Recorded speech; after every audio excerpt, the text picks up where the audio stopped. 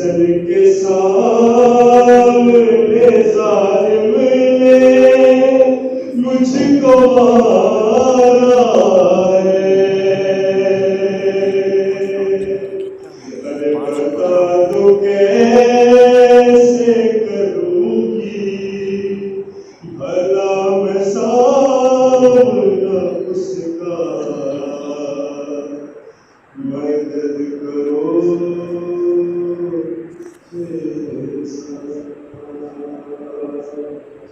میں بال کھول کے عرش الا ہلا دوں گی. اب حسن کو نہ چھوڑا تو بددعا دوں گی.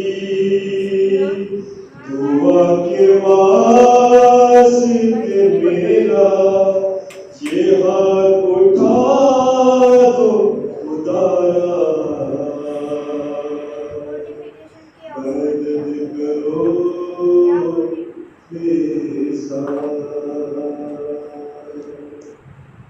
ہوئی کہ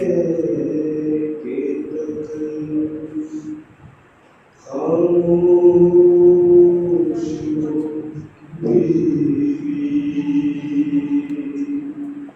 میں اپنے لال سے رخصت ہو سکوں گی کبھی. الٹا دو جانب قبلہ حسین آتا ہی ہوگا. مدد کرو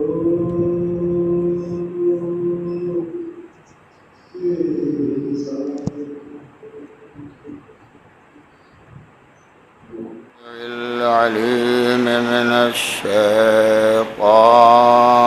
اللعين الرجيم. بسم الله الرحمن الرحيم. کتنا ہوا ہے دیکھو. الحمد لله رب العالمين والعاقبة للمتقين والجنة للموحدين والنار للملحدين. والصلاة والسلام والتحية والإكرام على الرسول النبي وعلى أهل بيته الطيبين الطاهرين المعصومين الذين أذهب الله عنهم الرجس وطهرهم تطهيرا.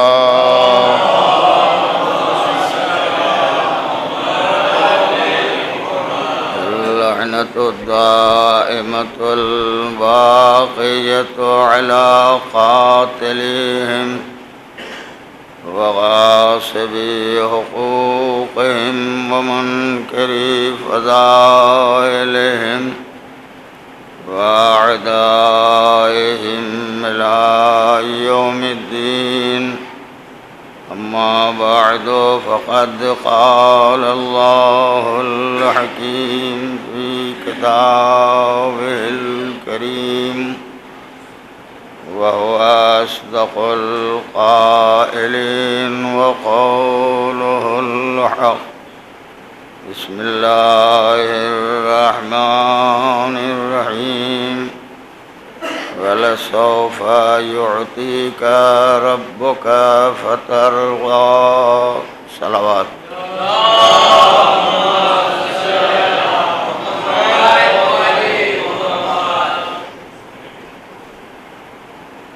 اس سلسلے بیان میں اور شہزادی کے تذکرے کے ذیل میں ان کی پاکیزہ حیات اور سچی سیرت طیبہ جو پوری انسانیت کے لیے رہنما اور ہدایت ہے، اگر اسے باقاعدہ پڑھا جائے اور اس کا مطالعہ انسان اپنی زندگی کے مرحلوں میں رکھے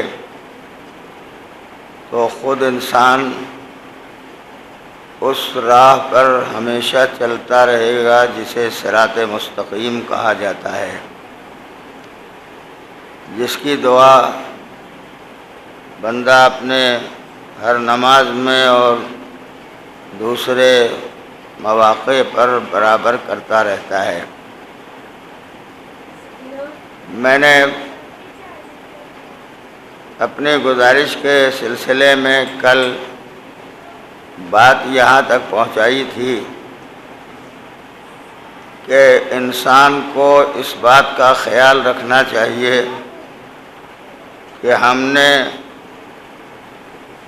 اپنی جان، اپنا مال، اپنے ساری چیزیں، اپنا وجود اگر پروردگار عالم اور ائمہ طاہرین علیہم الصلاۃ والسلام کے لیے رکھی ہے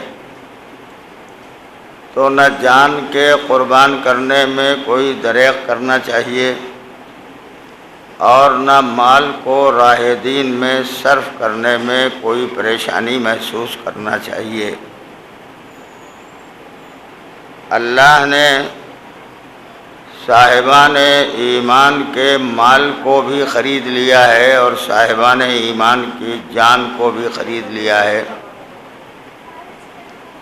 ان اللہ اشتری من المؤمنین انفسهم واموالهم بان لهم الجنہ، خرید لیا ہے خدا نے مومنین کے مال اور مومنین کی جانوں کو، اور اس کے صلے میں خداوند عالم ان انسانوں کو اس آرام اور سکون کی جگہ پر پہنچائے گا جیسا آرام نہ دنیا میں مل سکتا ہے اور نہ کہیں اور حاصل ہو سکتا ہے۔ نعمتیں بے پناہ پروردگار عالم نے رکھی ہیں اور سب کے سب صاحبان ایمان کے لیے ہے۔ کافر کو، بے دین کو، لا مذہب کو دین خدا سے بیزار رہنے والے کے لیے نہ کوئی نعمت ہے اور نہ کوئی آخرت میں جزا اور بہترین بدلہ ہے۔ بات کو آگے بڑھاتے ہوئے آج میں جس بات کی گزارش کرتا ہوں، کل بھی میں نے درمیان میں کہا تھا کہ دین خدا کو ان جوانوں کی ضرورت ہے جو دین کی پابندی بھی کرتے ہوں اور دین کے مطابق زندگی گزار رہے ہوں۔ پیغمبر اکرم نے جب اپنے دین کا آغاز کیا اور لوگوں تک مکے کی گلیوں میں دین خدا کو پہنچانا شروع کیا تو اس دین کا سب سے بڑا مددگار اور سب سے زیادہ نشر و اشاعت کرنے والا وہ ایک جوان ہی تھا جس نے نبی کو سہارا دیا اور اس کے سہارے نبی کا دین آگے بڑھا۔ پھر میں نے عرض کیا تھا کہ معصوم نے فرمایا ہے کہ اگر ان سادہ دلوں اور ان نوجوان ذہنوں تک ہمارا پیغام پہنچایا گیا تو یہ بہت جلدی ہمارے دین کو قبول کر لیں گے اور ہمارے دین کے مطابق حیات بسر کریں گے۔ اور یہ تاریخ نے اس بات کا ثبوت بھی فراہم کر دیا ہے کہ جوان اگر راہ دین میں آگے بڑھتا ہے تو جتنے رسموں رواجوں خانوادوں اور خاندانوں کی باتیں ہوتی ہیں یہ خود بخود ختم ہو جاتی ہیں اور دین خدا آگے بڑھ جاتا ہے۔ جناب ابراہیم نے ان بتوں کو توڑا جو بت انسان کو غلط راہ پر لگا رہے تھے اور جن کے سامنے لوگ اپنی پیشانیاں جھکا رہے تھے۔ ان بتوں کو جناب ابراہیم نے توڑ دیا تاکہ نہ یہ بت رہ جائیں اور نہ ان کے سامنے پیشانی جھکانے والے افراد رہ جائیں۔ قرآن نے جناب ابراہیم کی عمر جو بھی رہی ہو مگر قرآن نے انہیں فتح کہا ہے، یعنی جوان تھے، کہ ایک جوان نے ان تمام جاہلیت اور جہالت کے بتوں کا خاتمہ کر دیا۔ اس کا مطلب یہ ہے کہ جو بت جہاں کہیں بھی پائے جاتے ہیں، اب یہ لفظ میری ہے، اسے تاریخ میں مت ڈھونڈیے گا، خاندانوں میں بھی بہت سے بت ہوتے ہیں، خانوادوں میں بھی بہت سے بت ہوتے ہیں، سماجوں اور معاشرتوں میں بھی بہت سے بت پائے جاتے ہیں، دوست اور احباب کے درمیان بھی بہت سے بت پائے جاتے ہیں۔ اگر جوان میں اتنی طاقت ہو جائے کہ ہر بت کو توڑ دے اور دین کا آوازہ بلند کر دے تو یہ سچا ایماندار ہے، مگر اس کے لیے بڑی جرأت اور ہمت کی ضرورت ہے، ورنہ کبھی دوستی میں آگے بڑھ جاتا ہے اور کبھی تعلقات اور روابط کی بنا پر آدمی اس کام کو انجام نہیں دے پاتا۔ لیکن میں معصومین کی حدیث کی روشنی میں بھرپور ذمہ داری کے ساتھ یہ بات کہتا ہوں، جناب ابراہیم نے بتوں کو توڑا تو پوری قوم مخالف ہو گئی مگر ابراہیم کا کچھ نہیں بگڑا، اسی طرح دین کو پہنچاتے رہے، دین خدا کی تبلیغ کرتے رہے۔ تو اگر ہمارے درمیان نوجوان دین کا پیغام پہنچانے کے لیے آگے بڑھیں اور سماج کے افراد مخالفت پر آمادہ اور تیار ہو جائیں تو نوجوان کو حوصلہ پست نہیں کرنا چاہیے، جذبات میں کمی نہ پیدا ہونا چاہیے، اس کی خدمتوں میں کوئی کوتاہی نہیں ہونا چاہیے۔ جیسے ابراہیم کی مدد کرنے والا پروردگار عالم مدد کر کے ابراہیم کو بہترین حیات عطا کر رہا تھا اور سب سے محفوظ بنائے ہوئے تھا، اسی طرح نوجوان اگر دین کی راہ میں آگے بڑھے گا تو اس سے بڑا حفاظت کرنے والا کوئی نہیں ہے، اس سے بڑا بچانے والا کوئی نہیں ہے، اس سے بڑا مددگار کوئی نہیں ہے، اور پھر ہمارے لیے تو کوئی زحمت نہیں ہے، اس لیے کہ دنیا کے لوگوں کے پاس تو کوئی مشکل کشا ہے بھی نہیں۔ اللہ کا لاکھ لاکھ شکر ہے کہ ہمیں خدا نے مشکلات کے لیے مشکل کشا بھی عطا کیا ہے، اور ایک مشکل کشا نہیں ہے، یکے بعد دیگرے مسلسل مشکل کشا عطا کیے ہیں۔ دنیا میں جتنے مشکلوں کے حل کرنے والے ہوتے ہیں ختم ہو جاتے ہیں، ہمارا مشکل کشا کل بھی زندہ تھا، آج بھی زندہ ہے، اور نہ جانے کب تک زندہ رہے گا، جب تک مصلحت الہی نہیں ہوگی دنیا میں ظاہر نہیں ہوگا، مگر مشکلات کو حل کرتا چلا جا رہا ہے۔ ظاہر بظاہر مشکلوں کے حل کرنے والے اور ہوتے ہیں، غیبت کے پردے میں چھپ کے مشکلات کو حل کرنے والا میرا امام ہے۔ ایک صلوات پڑھ دیں محمد اور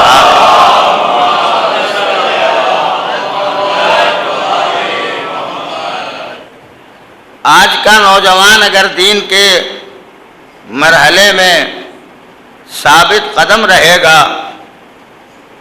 تو نہ صرف اس کے لیے نفع بخش اور فائدہ مند ہے، بلکہ آنے والی نسلوں کے لیے بھی فائدہ مند اور نفع بخش ہوگا۔ آج اگر ہم دیندار اور مذہبی بن جاتے ہیں اور دین کی پابندی کرتے ہیں تو کل آنے والی نسلیں بھی پابندی کرتی رہیں گی اور وہ بھی دین کے بارے میں سوچتے اور فکر کرتے رہیں گے۔ جو ہمارے یہاں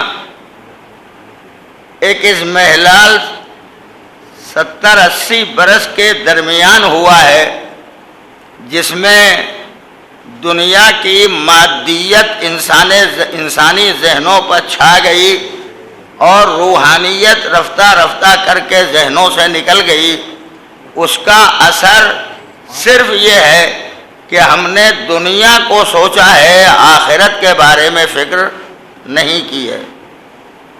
اگر کچھ فکر ہوتی بھی ہے تو وہ مسجد میں ہوتی ہے، امام باڑے میں ہوتی ہے، ایسے دین کے پروگراموں میں ہوتی ہے، ورنہ عام حالات میں دین کا تصور بہت کم انسان کے ذہن میں آتا ہے۔ دین صرف مسجد کے لیے نہیں آیا تھا، دین صرف امام باڑے کے لیے نہیں آیا تھا، دین صرف ان دینی مقامات کے لیے نہیں آیا تھا، دین انسانی زندگی کے ہر پہلو پر روشنی ڈالتا ہے اور زندگی کے ہر شعبے میں ہدایت کا فریضہ انجام دیتا ہے۔ ہم دیندار اگر ہیں تو مسجد آئیں تب بھی دیندار رہیں، جانے لگیں تب بھی دیندار رہیں، سڑکوں پہ چلیں تب بھی دیندار رہیں، پارکوں میں جائیں تب بھی دیندار رہیں، شاہراہوں سے گزریں تب بھی دیندار رہیں۔ کوئی جگہ ایسے نہیں، چوپال میں ہو تب بھی دیندار رہیں، گھر میں رہیں تب بھی دیندار رہیں، گھر کے باہر رہیں تب بھی دیندار رہیں۔ دین کسی ایسے لباس کا نام نہیں ہے جو آفس میں پہنا جائے، گھر میں اتار دیا جائے۔ دین ایسے لباس کا نام ہے جو 24 آورز 24 گھنٹے ہمارے ذہنوں میں رہنا چاہیے اور ہم کو دین کے اعتبار سے زندگی گزارنے کی کوشش کرنا چاہیے۔ ہم آتے ہیں، کبھی کبھی فکر کیجئے گا اور سوچنے کی زحمت گوارا کر لیجئے گا کہ ہم نے دین کو کیسا مانا ہے، کیسا سمجھا ہے، کس انداز سے ہم نے پایا ہے۔ خاندانی دین کی ضرورت نہیں ہے، رسمی دین کی ضرورت نہیں ہے، رواجی دین کی ضرورت نہیں ہے، معاشرے میں پھیلے ہوئے دین کی ضرورت نہیں ہے۔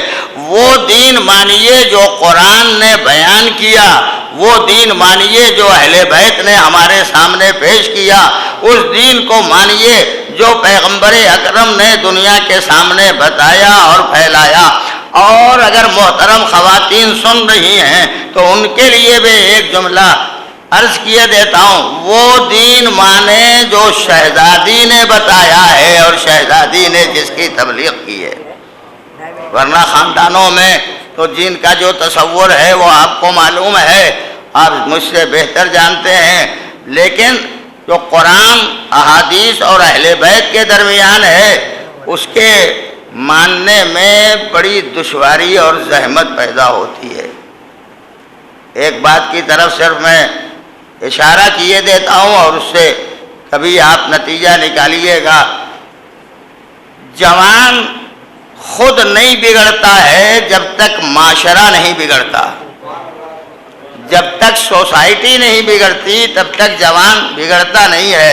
یہ تو دین فطرت پر پیدا ہوتا ہے، اس فطرت پر سماج کی عادتوں کا ڈھیر ڈال دیا جاتا ہے، اور یہ جب ڈھیر عادتوں کا پڑ جاتا ہے تو فطرت مزمحل ہو جاتی ہے، فطرت کے قوانین پوشیدہ ہو جاتے ہیں، پھر فطرت کی باتیں سامنے نہیں آتی ہیں۔ انہی عادتوں کے مطابق آدمی زندگی گزارتا چلا جاتا ہے۔ نماز عادتوں کی بنا پر نہ پڑھیے، روزہ عادت کی بنا پر نہ رکھیے، حج عادت کی بنا پر نہ کیجیے، نماز کو عبادت سمجھ کے کیجیے، روزہ عبادت سمجھ کے انجام دیجیے، اور جتنے فرائض اور واجبات ہیں انہیں عبادت سمجھ کے انجام دیجیے۔ عادت اور عبادت میں فرق کیا ہوگا؟ جیسا موقع ہوگا شریعت نے جس انداز سے کہا ہوگا نماز پڑھنے کے لیے اس طرح پڑھیے تو یہ عبادت ہے، اور اگر اپنی عادت کے مطابق پڑھا تو یہ عبادت نہیں ہے۔ نہیں میں کہتا کہ دعائیں نہ پڑھیے، نہ میں یہ کہتا ہوں کہ یہ نہ پڑھیے وہ نہ پڑھیے، نہیں، جو آپ پڑھ رہے ہیں ضرور پڑھتے رہیے، مگر عبادت سمجھ کے پڑھیے، عادت کے اعتبار سے نہ پڑھیے۔ عادت آپ کو کامیاب نہیں بنائے گی، عبادت آدمی کو کامیاب بنائے گی، اور وہ خدا کی بارگاہ میں آپ کو کامران بنائے گی۔ اب بات یہاں تک میں نے پہنچائی ہے کہ جوان ہو تو اسی کو آگے بڑھنا چاہیے میرے بزرگوں، اور میں ان سے ہاتھ جوڑ کے کہتا ہوں آپ نے بڑی خدمت کی ہے، موقع دو تاکہ جوان آگے بڑھیں، آپ رہنمائی کیجئے، جوان دین کے کاموں میں مشغول رہیں گے اور دین کو دنیا کے سامنے پیش کرتے رہیں گے۔ یہ پیش کریں گے تو ان کے ساتھی بھی دیندار ہوں گے، ان کے احباب بھی دیندار ہوں گے، ان کے قریب والے بھی دیندار ہوں گے، لیکن اگر ان میں کا کوئی ایک بھی گناہگار رہا تو ایک گناہگار کی بنا پر نہ جانے معاشرے میں کتنے گناہگار پیدا ہوتے ہیں۔ سوسائٹی میں بہت سے گناہگار پیدا ہوتے ہیں۔ مثال میں دوں، یہاں تو کہیں کہیں تالاب اگر نہ نظر آتا ہو تو جمع ہوا پانی دکھائی پڑتا ہوگا، ایک ڈھیلا پھینک دیجئے اس میں، ایک ہی پھینکا ہے مگر لہریں کہاں تک جا رہی ہیں؟ لہریں جا رہی ہے نا، ڈھیلا ایک پھینکا ہے، لہریں کنارے تک آ رہی ہیں، ایک کے بعد دوسری لہر، دوسرے کے بعد تیسری لہر، تیسرے کے بعد چوتھی لہر۔ یہ لہریں ایک ڈھیلے سے اتنی کیسے پیدا ہو رہی ہیں؟ جہاں گرا ہے وہیں رہ جانا چاہیے، اس سے آگے نہیں بڑھنا چاہیے۔ کہ آپ جانتے نہیں جتنا زور ہوگا اس ڈھیلے کے پھینکنے میں لہریں اتنی زیادہ نکلتی رہیں گی۔ پر یہی میں عرض کرتا ہوں اگر ایک ڈھیلے کے پھینکنے پر اتنی لہریں نکلتی ہیں تو جوان اگر اپنی بھرپور توانائی کے ذریعے دنیا کے چلتے پھرتے سماج کے سیلاب میں اپنے کردار کا ایک ڈھیلا بھی اگر ڈال دے گا تو اس کی لہریں یہاں بھی ٹکرائیں گی، وہاں بھی ٹکرائیں گی، وہاں بھی ٹکرائیں گی، اور جب لہریں ٹکرائیں گی تب پتہ چلے گا کہ کردار کتنا بلند تھا اور اس بلندی کی بنا پر کہاں تک اس کے اثرات پہنچ رہے ہیں۔ ایک صلوات پڑھیے محمد اور آلہ۔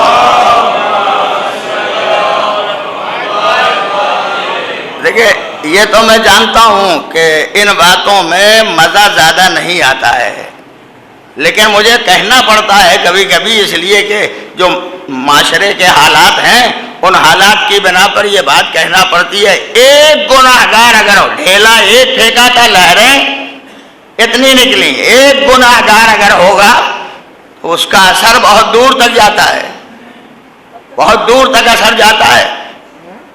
جب بات یاد آ گئی ہے تو کہہ دیتا ہوں کبھی کبھی ایسا ہوتا ہے اولاد بگڑی رہتی ہے تو ماں باپ کو خیال آتا ہے کہ نالائق ہو گئی ہے اولاد۔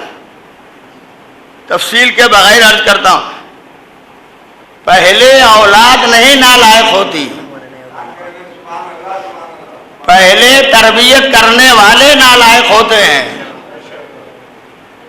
بزرگ پہلے نالائق ہوتے ہیں، تب یہ اولاد بھی نالائق ہو جاتی ہے، اور جب نالائق ہو جاتی ہے تو عبادت کر کے نہیں دعا کرتے، تب کسی گنڈے ڈورے والے کے پاس جاتے ہیں، تعویذ والے۔ یہاں تو بہت ہے ماشاءاللہ، بمبئی میں تو ڈھیر لگا ہوا ہے تعویذ بانٹنے والوں کا، خدا جانے کون سی چوکڑی بھرتے ہیں، کون سی لائن کھینچتے ہیں، کیا کیا اس میں بھرتے ہیں۔ کسی مدرسے میں نہیں پڑھایا جاتا یہ سب کہ کیسے چوکڑی بھری جاتی ہے، مگر یہ سب کاہے کے لیے ہو رہا وہ تو خدا ہی جانے کہ ان کا ارادہ کیا ہوتا ہے، مگر چلے گئے۔ ہم نے بھی ایک صاحب کا حال سنا ایسے ہی، گئے اولاد نالائق ہو گئی تھی، مولوی صاحب کے پاس گئے، وہی تعویذ والے، حضور کچھ ایسا لکھ دیجئے یہ صحیح ہو جائے۔ اب بھائی لکھ تو سکتا ہوں مگر میں ہر وقت نہیں لکھتا. صبح سویرے 6:10 پر آئیے تو میں لکھ دوں گا. مولانا آپ کیسا وقت بتا رہے ہیں؟ یہی تو آرام کرنے کا وقت ہے. بھائی میں تو اسی وقت لکھتا ہوں. کہا اچھا اس وقت اگر نہیں آ سکتے تو 1 بجے دن میں آئیے, اس وقت بھی لکھ دیتا ہوں. کہا وہ تو ذرا آرام کا وقت ہوتا ہے, کھانے پینے کا وقت ہوتا ہے, تو کیسے آ سکتا ہوں. کہا اچھا تو شام کو آئیے جب سورج ڈوب چکا ہو. کہا وہی تو شاپنگ کا وقت ہوتا ہے, وہی تو سڑکوں پر ٹہلنے کا وقت ہوتا ہے, وہی تو بازاروں میں جانے کا وقت ہوتا ہے, تو اس وقت کوئی اور وقت بتائیے. کہا بھائی یہی وقت ہے, اگر آپ آئیں تو ٹھیک ہے. مسلسل کہتے رہے. ایک دن آئے, مرتا کیا نہ کرتا, بیچارے پریشان تھے, چلے آئے. جب آئے تو مولانا نے کہا کہ ٹھیک ہے میں لکھے دیتا ہوں, بیٹھیے آپ. انہوں نے کچھ لکھ کے دیا کچھ. یہ ان گنڈے ڈورے والوں کی بات نہیں کرتا میں جو خالی چوکڑی بھرتے ہیں, یہ ان کی بات کہتا ہوں جو قرآن کی آیتیں لکھتے ہیں, جو معصومین کی حدیثیں لکھتے ہیں, یا معصومین نے جو فرمایا ہے وہ لکھتے ہیں. تو انہوں نے بنا دیا تعویذ. بنایا تو 2 تعویذ بنایا. کہا یہ ایک آپ پہن لیجئے گا اور ایک لڑکے کو پہنا دیجئے گا. کہا میں تھوڑی بہکا ہوا ہوں. کہا آپ نے کبھی اگر ڈاکٹر کو دیکھا ہو, جس خاتون کی گود میں بچہ ہوتا ہے اور بچہ بیمار ہو, تو صحیح ڈاکٹر وہی ہوتا ہے جو دوا ماں کو بھی دیتا ہے اور بچے کو بھی دیتا ہے. کیوں؟ اس لیے کہ وہ جانتا ہے اس بچے کے دہن میں جو غذا جا رہی ہے وہ غذا ماں کے سینے سے منتقل ہو رہی ہے. تو اگر اس کے اندر کوئی عیب نہ ہوتا, کوئی بیماری اور پریشانی نہ ہوتی, تو کبھی یہ بچہ بیمار نہ ہوتا. کہا مولانا میری تو حالت ٹھیک ہے. چلے گئے. تھے ہوشیار. ہوشیار مریض وہی ہوتا ہے جو آدھی دوا کھاتا ہے آدھی نہیں کھاتا. تو انہوں نے لکھ کے دیا تھا آپ بھی پہن لیجئے گا, اسے بھی پہنا دیجئے گا. آئے ہفتے عشرے کے بعد. کہا مولانا کچھ ذرا محنت کر کے لکھیے, کچھ فائدہ نہیں ہوا. کہا کیسے استعمال کیا؟ کہا میں نے لڑکے کو پہنا دیا. کہا وہ دوسری والی؟ کہا میں تھوڑی راستے سے بھٹکا ہوا تھا جو پہنتا. کہا بھائی یہ تو میں جانتا ہوں کہ کون بھٹکا ہے, آپ کو نہیں معلوم. کیسے آپ کو کیسے پتا میں بھٹکا ہوں؟ کہا صبح بلایا تھا نہیں آئے, ظہرین کے وقت بلایا تھا نہیں آئے, مغربین کے وقت بلایا تھا نہیں آئے. یہ تو مرکب کے آئے ہو جب عاجز آ گئے. عاجزی والا کام خدا کو پسند نہیں ہوتا ہے, اپنے ہمت والا کام خدا کو پسند ہوتا ہے. عاجز ہو کے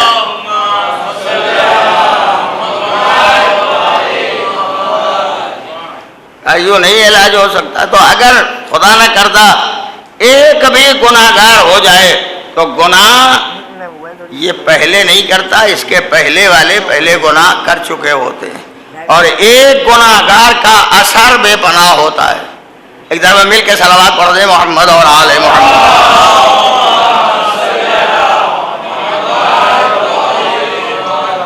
جناب موسیٰ علیہ نبینا علیہ الصلوۃ والسلام کا زمانہ تھا. قحط پڑ گیا, یعنی بارش نہیں ہو رہی تھی.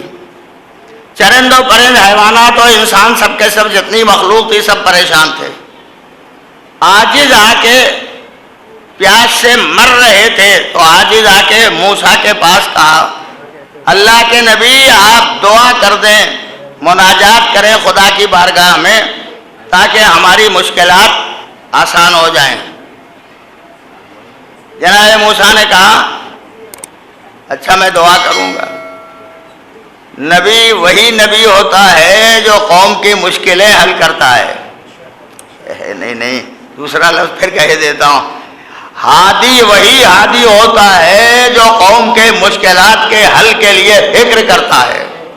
نہیں تیسرا لفظ کہتا ہوں, عالم وہی عالم ہوتا ہے جسے سماج کے خرابیوں کا خیال ہوتا ہے، اسے دور کرنے کی فکر کرتا ہے، وہی سچا عالم دین ہوتا ہے۔ آ کے کہا، موسیٰ نے کہا ٹھیک ہے۔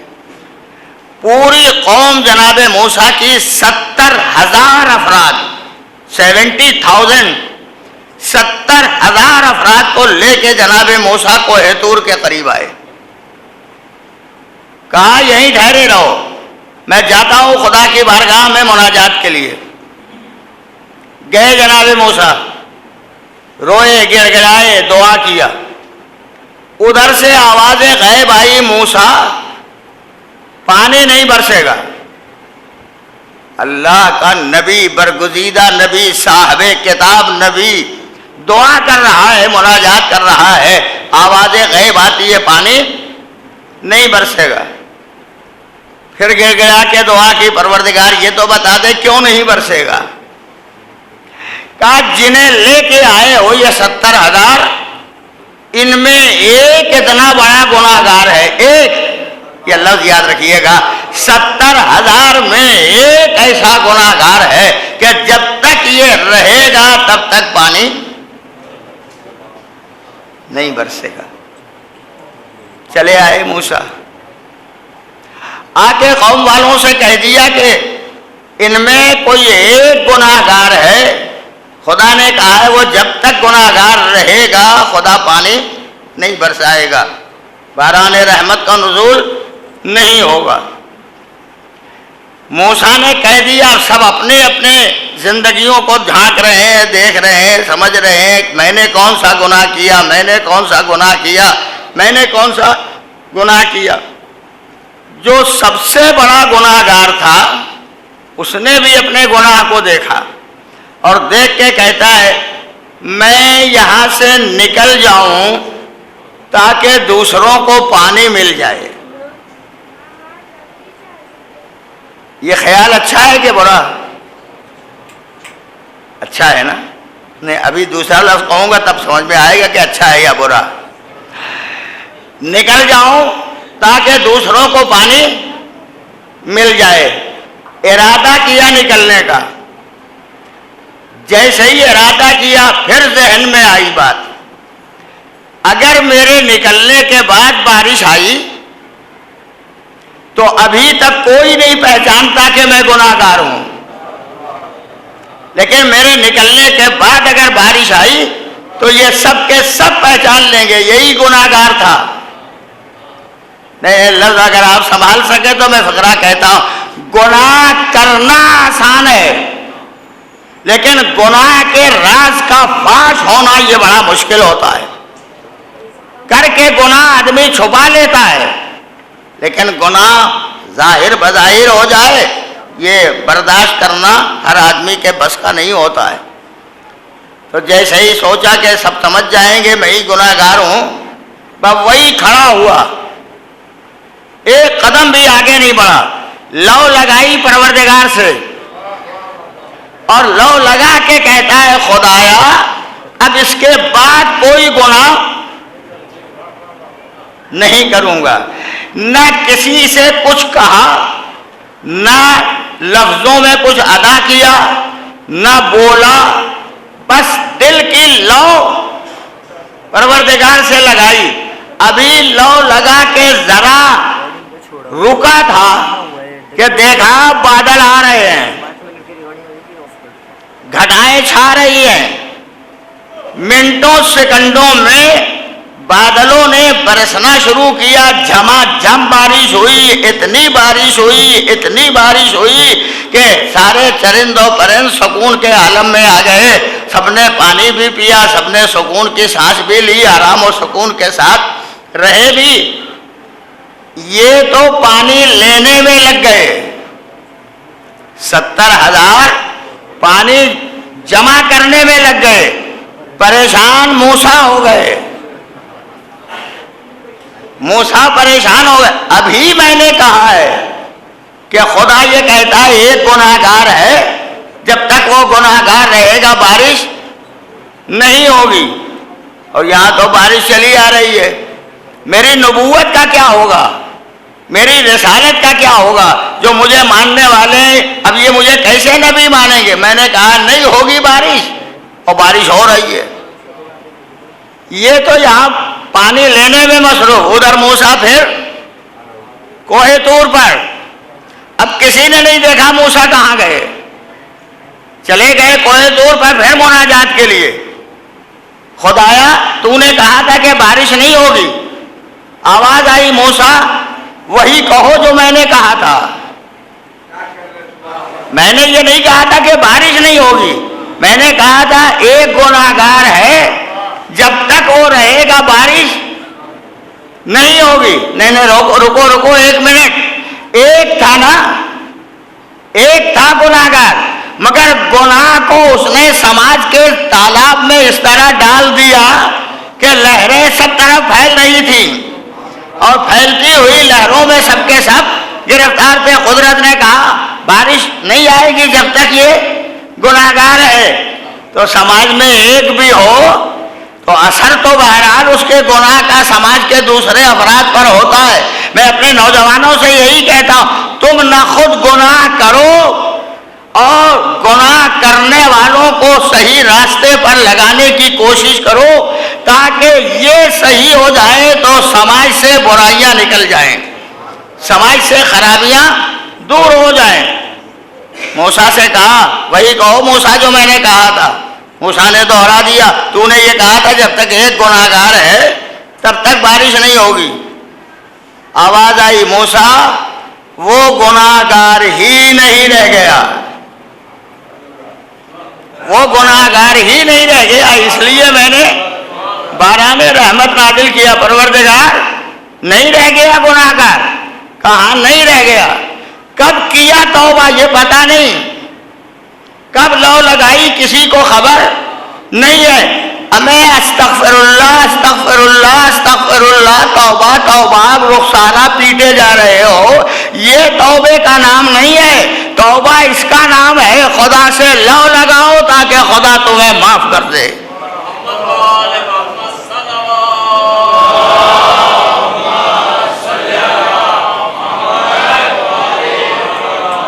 جب اس نے لو لگائی معاف کر دیا خداوند عالم نے۔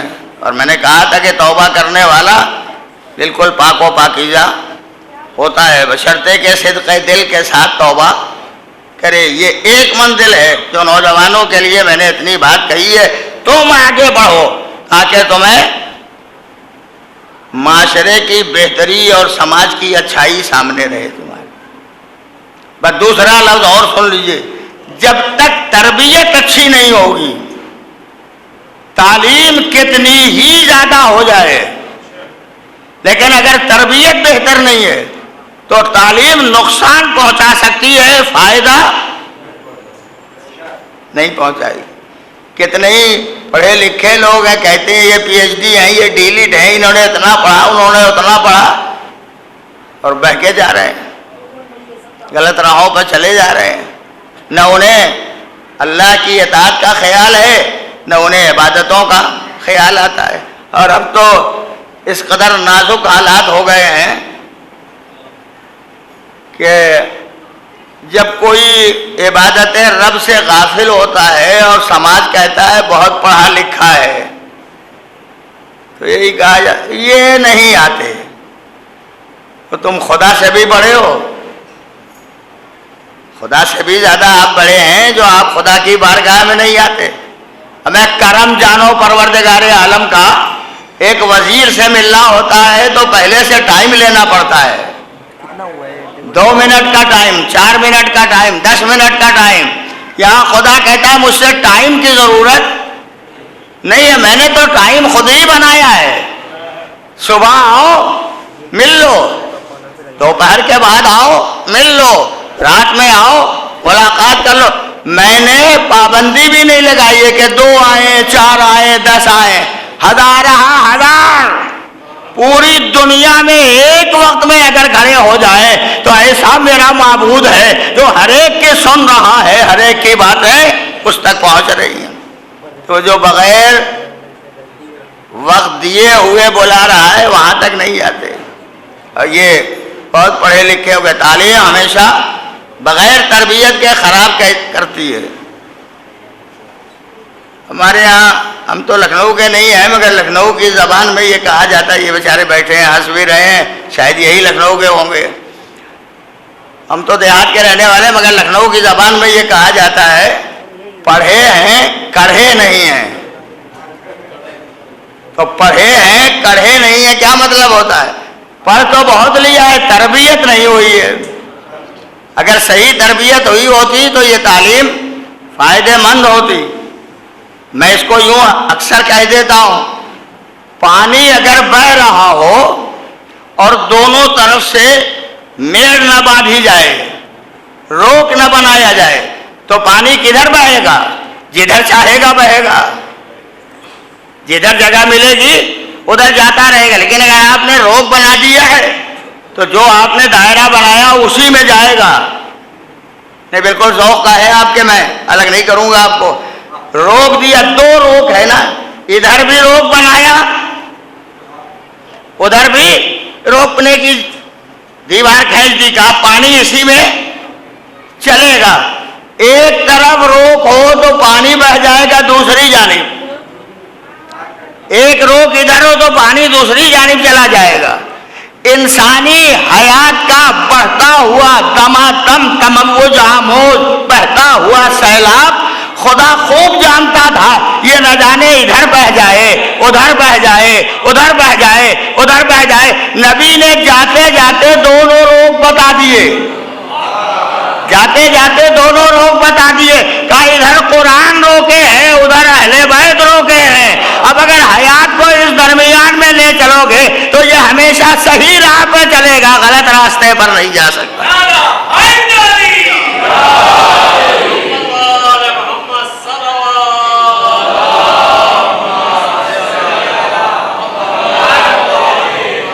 اور بغیر ان دو سہاروں کے آپ آگے بڑھ بھی نہیں سکتے. اگر راستہ چلتے چلتے شاہراہ سے آپ گلیوں میں آئیں اور گلیوں میں بھی کوئی پتلی جگہ ہو, اب میں مثال دے سکتا ہوں, جو دیہات کے رہنے والے ہوں گے وہ آسانی سے پہچانیں گے. دو کھیتوں کے بیچ میں جو میڑ ہوتی ہے, یہ بھی ہم مومنین کا کام ہے, ادھر سے بھی میڑ کاٹ دیں گے ادھر سے بھی میڑ کاٹ دیں گے, اس پر کوئی چل نہ پائے. لیکن پتلی سے پتلی میڑ بھی اگر ہے تو اس پر چلنے کا ذریعہ کیا ہے؟ چلے جائیے گا, سہارا چاہیے. بغیر سہارے کے آپ آگے نہیں بڑھ سکتے. یا ادھر گر جائیے گا یا ادھر گر جائیے. ادھر اگر سہارا ہے تو ادھر لڑک جائیے گا, ادھر اگر سہارا ہے تو ادھر گر جائیے گا. پیغمبر نے فرمایا صراط مستقیم کیا ہے؟ بال سے زیادہ باریک, تلوار کی دھاڑ سے زیادہ تیز, آگ سے زیادہ گرم. اس پر سے تمہیں گزرنا ہے, اور جب گزرنا ہوگا تو کبھی ادھر گر سکتے ہو کبھی ادھر گر سکتے ہو. میں دونوں سہارے تمہیں دیتا ہوں. ادھر گرنے لگو تو قرآن کو سہارا بناؤ, ادھر گرنے لگو تو اہل بیت کو سہارا بناؤ. یہ دونوں اگر ساتھ رہیں گے تبھی صحیح چل سکو گے. قرآن چھوڑ دیا تو ادھر گر جاؤ گے, اہل بیت کو چھوڑ دیا تو ادھر گر جاؤ گے. لہذا دونوں کو ساتھ ساتھ لے کے چلو تاکہ بال سے زیادہ باریک راستے پر چلنے میں کہیں سے دشواری کا احساس نہ پیدا ہونے پائے, کہیں سے تکلیف نہ ہونے پائے, اور صحیح منزل کی طرف پہنچ سکو. ایک صلوات پڑھ دیں محمد اور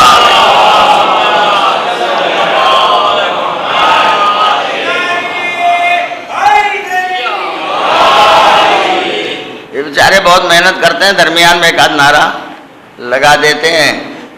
تو نعرہ کبھی کبھی خطیب کو سہارا دیتا ہے.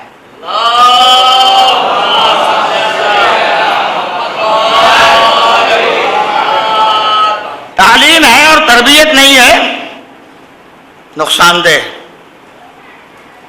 تربیت اگر ہے, تعلیم کم ہے تو آدمی صحیح رہے گا. آپ بھی بمبئی کے راستوں سے گزرتے ہوں گے. اب میں تو یہی جانتا ہوں کہ جتنی لڑکیاں گزرتی ہیں، جتنے لڑکے گزرتے ہیں، کوئی ایسا نہیں ہوتا جس کے ہاتھ میں موبائل نہ رہتا ہو. سب کے ہاتھ میں موبائل. لڑکی ہے وہ بھی کام سے لگائے. پتہ نہیں گھر میں اس کو چانس ملا تھا بات کرنے کا کہ نہیں ملا تھا، موقع ملا تھا کہ نہیں ملا تھا. جیسے ہی گھر سے نکلی سلسلہ ہی نہیں ٹوٹتا. لڑکے ہیں ان کا بھی حال یہی ہے، باتیں کرتے رہتے ہیں. لیکن میں آپ کے ذہنوں کو بیدار کرنے کے لیے فقرہ کہتا ہوں. ضرورت اگر ہے تو اسے ضرور رکھیے، اور اگر ضرورت نہیں ہے تو اسے رکھ دو. کوئی ضرورت نہیں ہے تو اسے اپنے ساتھ نہ رکھو. یہ جیسے فائدے کا ذریعہ ہے ایسے ہی نقصان کا بھی ذریعہ ہے. فائدہ آپ سے متعلق ہے، اگر آپ جانتے ہیں اس میں فائدہ ہے استعمال کریں. فائدہ نہیں ہے اسے آپ رکھ دیں. تربیت کا سلیقہ سیکھو. یہ بازاروں میں نکلنے والے لڑکے اور لڑکیاں، یہ نوجوان مرد و عورت جو بازاروں میں اس انداز کے ساتھ گزرتے ہوئے دھنکتے ہوئے چلے جاتے ہیں، ان سب کا حال سنو. یہ اس طرح مہو رہتے ہیں کہ نہ جانے لڑکی لڑکے سے ٹکرا جائے، لڑکا لڑکی سے ٹکرا جائے، مرد عورت سے ٹکرا جائے، عورت مرد سے ٹکرا جائے. یہ چلتے انہیں ہوش ہی نہیں ہے کہ ہم کدھر سے گزر رہے ہیں، کہاں جا رہے ہیں. یہ ہے کیا؟ یہ پڑھے لکھے ہیں سب کے سب، تربیت نہیں ہوئی ہے. تعلیم ہے ان کے پاس، یہ گریجویٹ ہیں، یہ پوسٹ گریجویٹ ہیں، انہوں نے پی ایچ ڈی کیا ہے، انہوں نے ڈی لٹ کیا ہے، انہوں نے نئے ترقی یافتہ زمانے کی ساری تعلیمات حاصل کی ہے، مگر تربیت نہیں ہے ان کے پاس.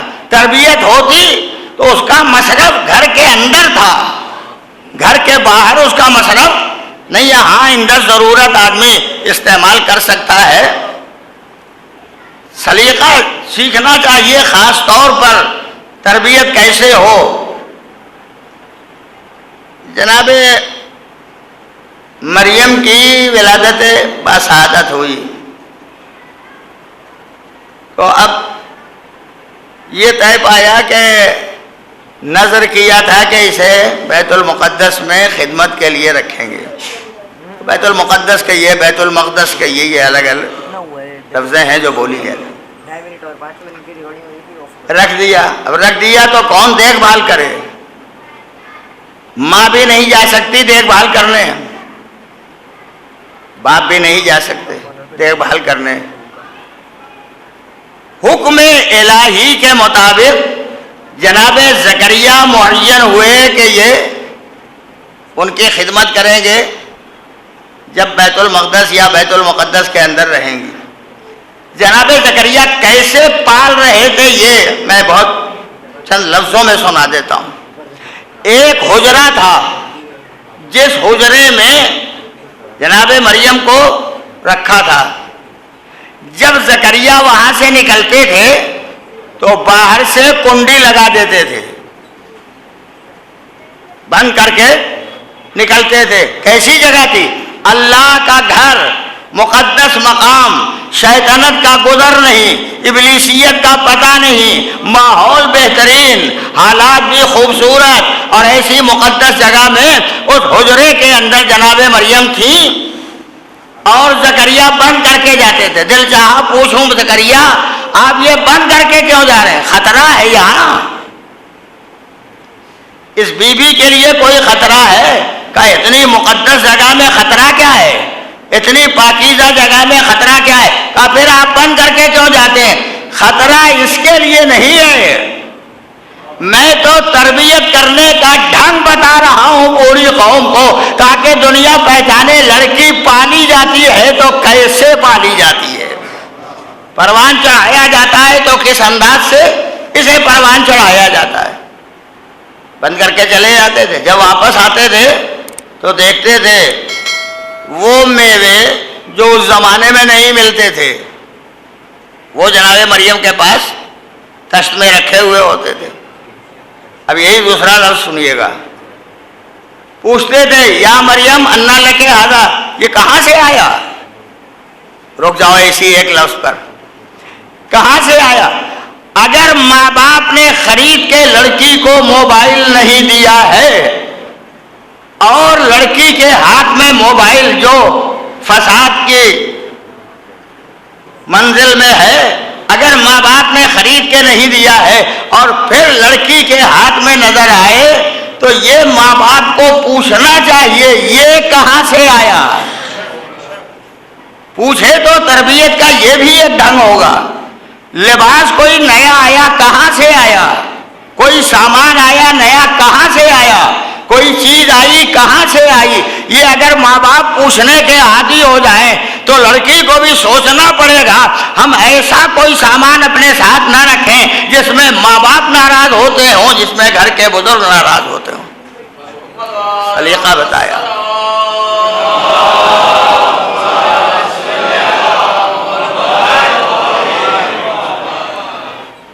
کہاں سے آئے پوچھ لیں، نہیں پوچھتے، اور اگر پوچھ بھی لیں تو چونکہ یہ بڑی تعلیم یافتہ ہیں لہذا ان کے پاس بڑے بڑے فریب والے جملے ہیں، بڑے بڑے دھوکے والے جملے ہیں، وہ اپنا بیان کر دیں گے، ماں باپ خوش ہو جائیں گے۔ پوچھتے تھے کہاں سے آیا، جناب زکریا مریم سے پوچھتے تھے انا لکے ھذا، آپ کے پاس یہ میوے کہاں سے آئے؟ تو فرماتی تھیں اللہ اپنی بارگاہ سے بھیج رہا ہے ہمیں۔ ایک ایک لفظ قسم خدا کے قرآن مجید کا بہت قیمتی ہے۔ وہ پوچھ رہے ہیں کہاں سے آیا، وہ کہتی ہے خداوند عالم مہربان ہے، جب کوئی دینے والا نہیں ہوتا تو خدا عطا کرنے والا ہوتا ہے، دروازہ بند بھی ہوتا ہے تب بھی خدا بھیج دیتا ہے، بند ہوتا ہے تب بھی بھیج دیتا ہے خداوند عالم۔ یہ وہاں سے آیا ہے۔ کہا یہ تو میوے ملتے نہیں ہیں بازار میں۔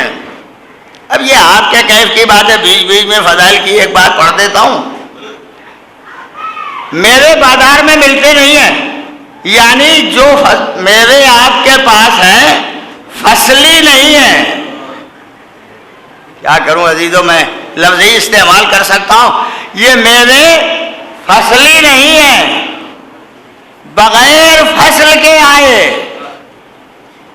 بغیر فصل کے آئے۔ جو اللہ والا ہوتا ہے اس کے پاس جو آتا ہے بلا فصل ہوتا ہے۔ دنیا والے فصل کے قائل ہیں، اللہ والے فصل کے قائل نہیں ہیں۔ نہ ہم نے دین میں فصل کیا، نہ اسلام میں فصل کیا، نہ ہدایت میں فصل کیا، نہ رہبری میں فصل کیا، ہم نے تو پیغمبر کی جانشینی میں بھی فصل نہیں کیا۔ جیسے سب بلا فصل تھے ایسے ہی نبی کا جانشین بھی بلا فصل جانشین ہے۔ صلوات پڑھ رہے ہیں محمد۔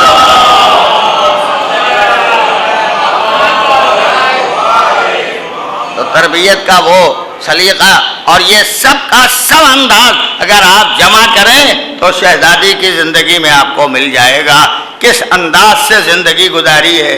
بچی ہیں، کون پال رہا ہے؟ پیغمبر اکرم۔ زوجیت کی زندگی میں آئیں، کون نگراں ہے؟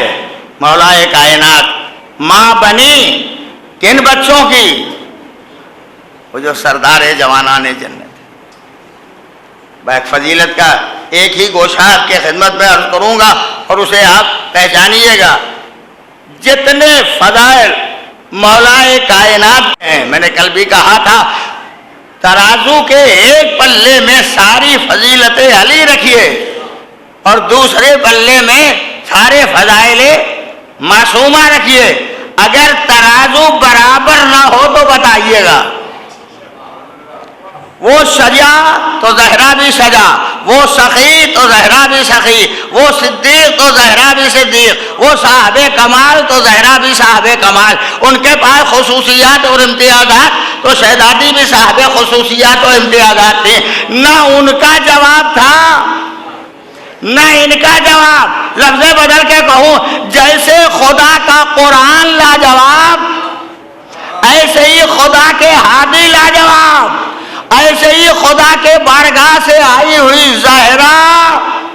وہ بھی لاجواب. تو جہاں سب لاجواب ہو تب لاریب بنتا ہے، اور جب لاریب بن جائے تو بلا عیب ہوتا ہے.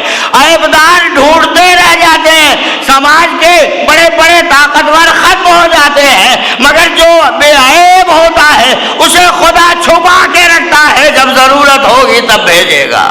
صلوات پڑھ دیں محمد.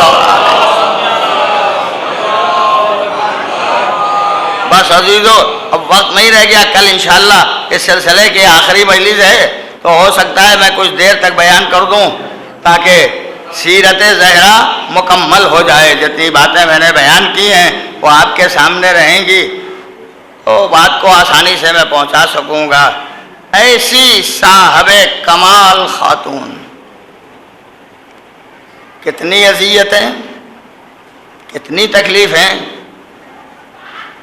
اللہ کے رسول کے ماننے والوں کو تو چاہیے یہ تھا کہ ایک بیٹی ہے تو اسے اتنا راضی رکھو کہ باپ سے کبھی ہماری شکایت نہ کرے، مگر شہزادی بڑی تکلیفیں اٹھائیں، بہت اذیتیں برداشت کی. کیا یہ کچھ کم ہے کہ شہزادی یہ کہیں کہ کچھ افراد ہیں انہیں میرے جنازے میں نہ آنے دینا؟ قسم خدا کی صرف اگر یہ سوچ لیں تو یہی پوری زندگی شہزادی کی تکلیفوں کے سلسلے میں غم و علم کرنے اور ہونے کے لیے کافی ہے. منع کیا آنے نہ پائے، رات میں اٹھانا علی، کوئی آنے نہ پائے، جگہ جگہ الگ الگ قبریں بنانا تاکہ کسی کو پتہ نہ چلے. ہم اور آپ اگر کسی کو دفن کرتے ہیں تو نشان قبر بناتے ہیں تاکہ لوگوں کو اندازہ ہو یہاں دفن کیا گیا ہے. اللہ پیغمبر کی بیٹی علی جیسا دفن کرنے والا. نشان قبر روایات میں ہے کہ 40 نشان بنائے، کوئی پہچان نہ سکے. خطرہ ہے نا شہزادی کو. سوچو اذیتیں کتنی اٹھائی ہیں کہ دنیا سے جانے کے بعد بھی سوچ رہی تھی کہ یہ مجھے اب بھی اذیتیں اور تکلیفیں دیں گے، اس لیے کہا الگ الگ قبر کے نشان بنانا تاکہ کسی کو پتہ نہ چل سکے پیغمبر کی بیٹی کہاں دفن کی گئی ہے. لفظیں اور آگے بڑھ دوں، بہت تذکرے میں نے کیے ہیں. علی جیسا صابر انسان، یہاں کل میں نے کہا تھا کہ غسل دے رہے تھے تو چیخ مار کے روئے. آج بھی اگر کسی بزرگ کو، کسی ماں کو، کسی باپ کو، کسی بہن کو، کسی عزیز کو اگر غسل دیا جاتا ہے تو چھوٹے بچوں کو دور رکھا جاتا ہے. میرے مولا کا چھوٹا سا مکان، نصف شب کے بعد علی نے پیغمبر کی بیٹی کو غسل دینے کا ارادہ کیا. میرے مولا زینب کو دور رکھیے گا، ام کلثوم کو دور رکھیے گا، حسنین کو دور رکھیے گا. ماں کی میت یہ بیٹے بیٹیاں نہ دیکھ سکیں گی، مگر گھر وہی ہے، چھوٹے چھوٹے بچے ہیں، امام غسل دے رہے ہیں، شہزادی زہرا کا غسل ہو رہا ہے. کیسے ان بچوں نے دیکھا ہوگا اماں اب ہمیں نہ مل سکے گی.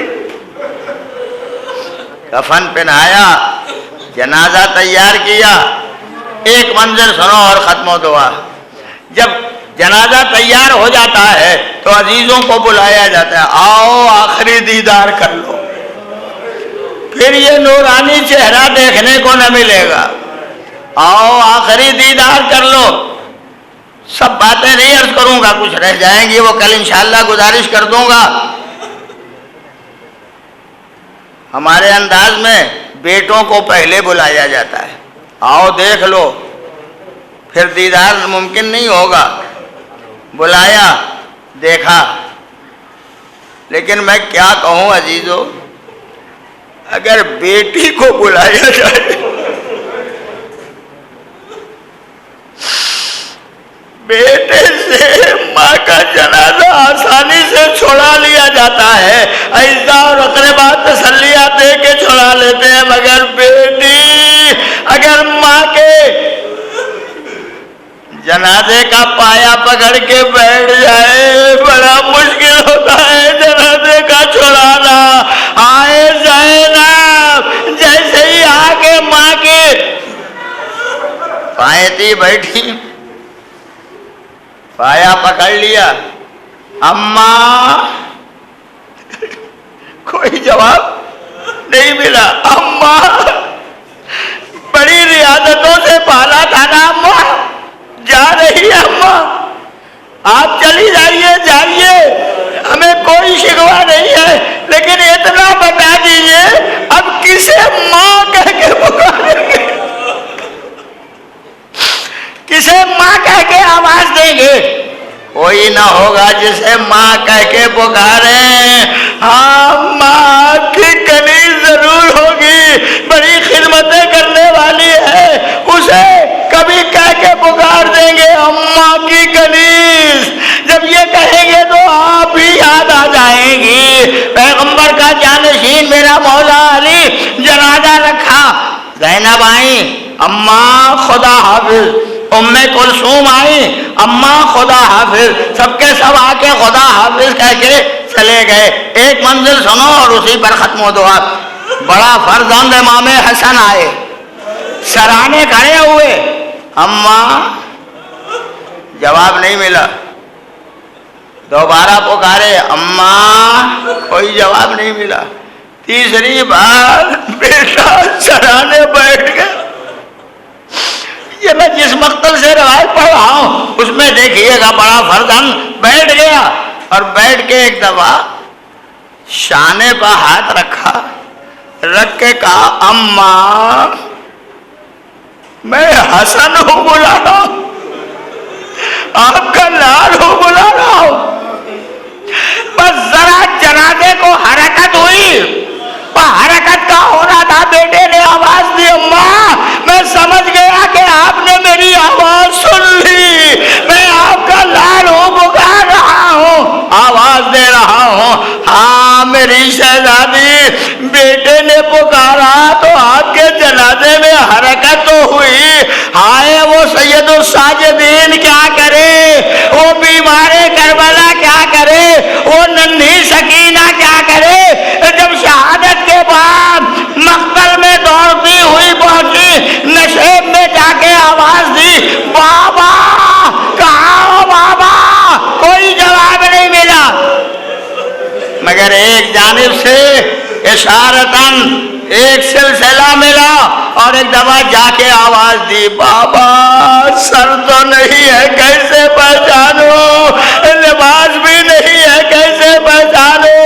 مگر پہچان کے ایک دفعہ بیٹی نے کہا، بابا آپ کا جسم مبارک تیروں سے چھلی ہے، ہر طرف جسم میں تیر لگا ہوا ہے، بابا اگر میں چومنا بھی چاہوں تو آپ کا گلا کیسے چوموں، گلوئے مریدہ پر رخسارہ رکھا، بابا یہ تیری بیٹی ہے دنیا میں اس طرح ستم رسیدہ اور غمزدہ۔ سَيَعْلَمُ الَّذِينَ ظَلَمُوا أَيَّ مُنْقَلَبٍ يَنْقَلِبُونَ۔